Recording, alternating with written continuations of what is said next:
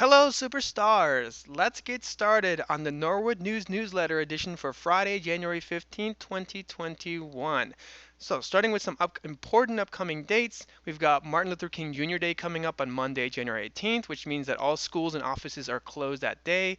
Now, there's a family event on Tuesday, January 19th, which is for supporting families that receive ESOL services. We'll talk a little bit more in depth about that later.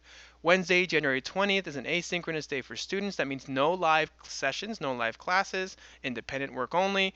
Tuesday, January 26th is another installment of our Norwood Bedtime Stories series. Wednesday, January 27th is another asynchronous day for students. So again, no live classes, just independent work. And then Wednesday, January 27th, that same day, Coffee and Conversation. It's the next session, which is going to talk about helping my family during a pandemic. Now, regarding conferences, they were this past Wednesday. Please reach out to your child's teacher if you want to reschedule a conference that was missed, that you were unable to make, or that you missed for any reason, or if you simply were not available and you just want to try to schedule one that better suits your schedule. They are still open and flexible to working with you at any time, not just during conference days. Latest on student device reimaging, nothing has really changed yet for elementary school students, particularly pre-K through third. But as always, click on this link to be taken to the live document that has the current schedule, as you can see with the dates at the top. Now, they haven't really gotten to elementary school level yet, but this is for if you have an HP or Windows-based device for your student, not if you have a Chromebook. If you have a Chromebook, you can ignore this completely. We've always said that. But this is for exchanging a device or getting your device reimaged. What that means is that it's going to be restored to a previous point, and this is just to help further secure the computers after the ransomware attack. It's a new step that they're taking, despite the checks that we had done previously. So it's just for extra security and protection. But it's going to have to happen to all students who have this kind of computer, and it's been happening with all staff too. So please pay attention to this. You may have older children who have already fallen into this category of the days and the times in which they have to go and where they have to go. So please just keep checking on this. We'll let you know as soon as we hear more about how it applies to the grade levels of our school specifically. Now, the next coffee and conversation is going to happen on January 27th from 9:30 to 10:30 a.m. That is a Wednesday. Our school counselor, Ms. Powell, as well as the school social worker, Ms. Julian, are going to be talking about tips and resources on how to better support your family during a pandemic. We've been stuck social distancing for so long, and now with the winter temperatures, just less ability to go outside.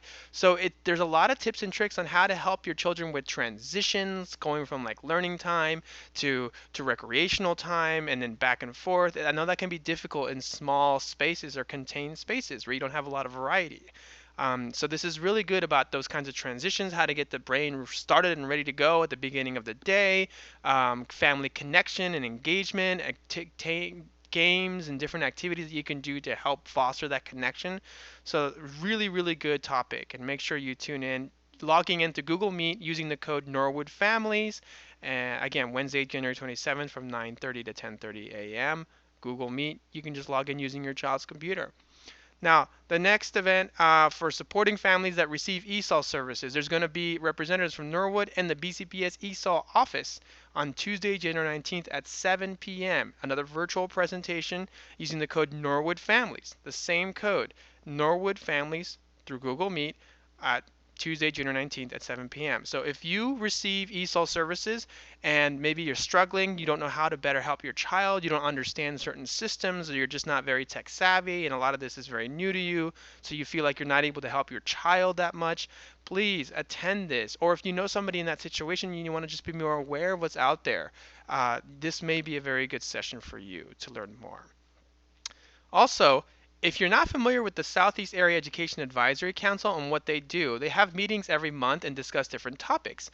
Basically, they're Board of Education appointed councils for the 5 different regions across the county. And so we are in the Southeast region, and their main purpose is to basically funnel up input from the community to the Board of Education. So normally these topics, some may be interested, some may not, but this next one is very important. It's about safety protocols for returning to school.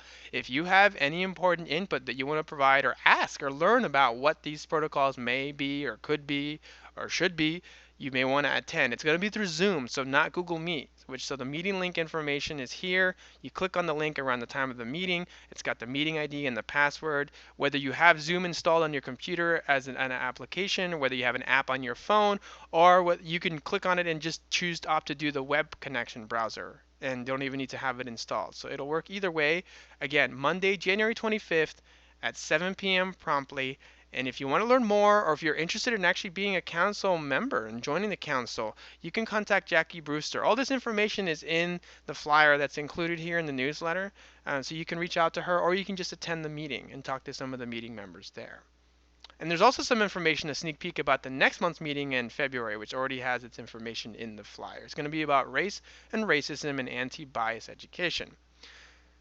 All right, so we're going to gloss over the internet solutions because we've talked about them so much at length before. They're still very valid. If you need a hotspot, please, as always, tell the school to be put on the wait list. But we recognize that that wait list may take a while for you to get through and be able to get a hotspot. There's just so much demand for computers and different tech, including hotspots.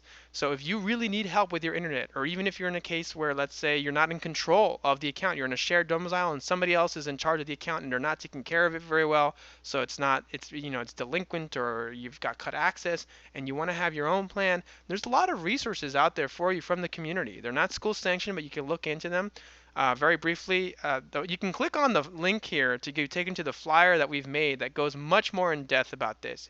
It gives everything you need to know: how to apply, what the requirements are, contact information, how you can learn more. We've already had families from this school be given internet from Comcast through an Internet Essentials plan that's very low cost. It's like $10 a month. There's a lot of good perks from it, and you have to apply and show proof of low income. But that's that particular case. Others don't need that. For example, you can get a hotspot from Baltimore County Public Libraries. Not just the schools, but from Baltimore County Public Libraries. You can check them out like a book and return them and keep renewing them too if needed. So that's a good stopgap solution.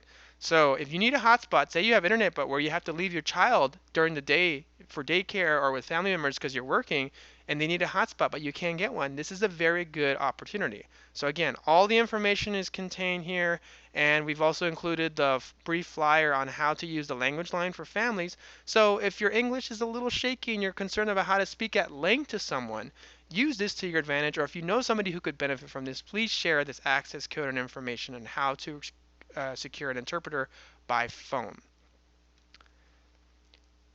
Now there's a message from the school counselor about upcoming lessons. Ms. Powell sent out a letter, and we had previously discussed this. She's just basically talking at length about some specific counseling sessions that are part of the curriculum that they had to switch. We weren't able to give the heads up to a lot of families and reach them after the ransomware attack. So you can read about it, and if you have any more questions, her contact information is included in the letter as well.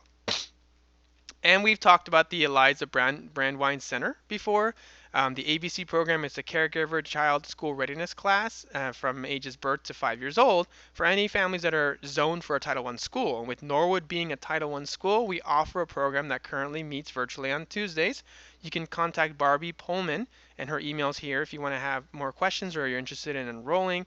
But you can also click on the link and be taken to the website where you can see a video or a flyer about the program, read about it.